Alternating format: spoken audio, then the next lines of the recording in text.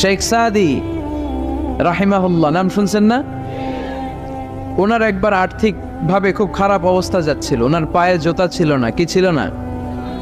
তো উনি মন খারাপ যে হায়রে আমি এত বড় ইরানি কবি, আমি বালাগাল উলা বিকামালিহি কাশাফাত দুজা বিজামালিহি লিখলাম, ওটা বিশ্বব্যাপী আমার এত নাম দাম, আমার পায়ে জুতা নাই।